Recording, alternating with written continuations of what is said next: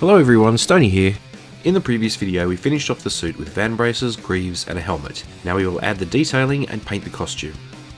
Rather than cut some 3mm foam and glue it to the costume, the technique I'm using here is quick and easy and it still looks pretty good. You're going to need a really sharp X-Acto blade, and I mean really sharp. Keep your honing tool handy and give the blade a few swipes every few cuts. You want the cuts to penetrate about 2 to 3mm deep, and you only get one shot at it, so it's worth practicing for a while on some pieces of scrap. With a bit of care, you can get some really fine detail if you want it. When you're done, use a heat gun on a high temperature to open out the cuts and reveal all the detail. Don't apply the heat for too long as you'll distort the surface. Again, practice on some scrap to get the technique down first. Use a fine marker to sketch out the details before you begin. If you're going to be using a recurring pattern, as I have here, cut out some paper templates to help keep the design consistent. Finish the detailing on the entire suit before moving on to the painting. This takes a while, but you can't rush it. If you start to get angsty, take a break and come back to it.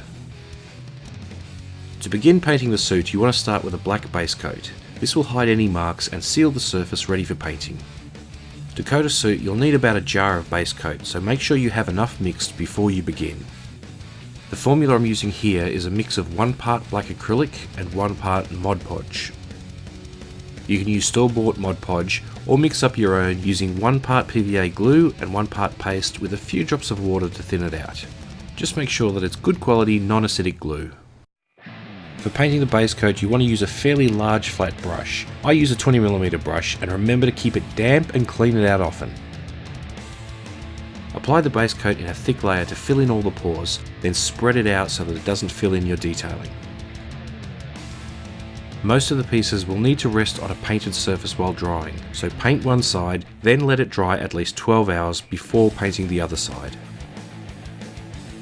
When deciding on your painting scheme, it's a good idea to make up a couple of swatches to test your ideas before painting the suit.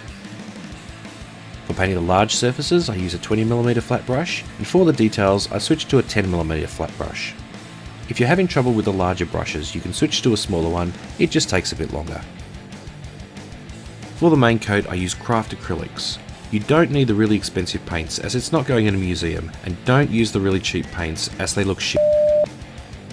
I also like to use a retarder medium when I'm painting, as it keeps the paint wet for longer and gives you more time with the brush. The colour scheme I've decided on is steel and brass, neither of which are available off the shelf, so I'm going to have to mix some up. Make sure you have enough mixed up to do the whole suit, otherwise the paints may not match.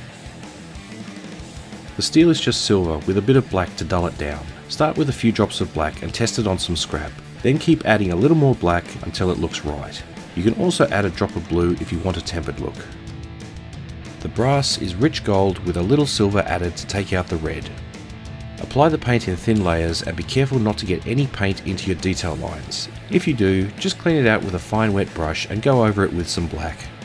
You can add some highlights and weathering if you want, but I generally don't bother when working with metallics.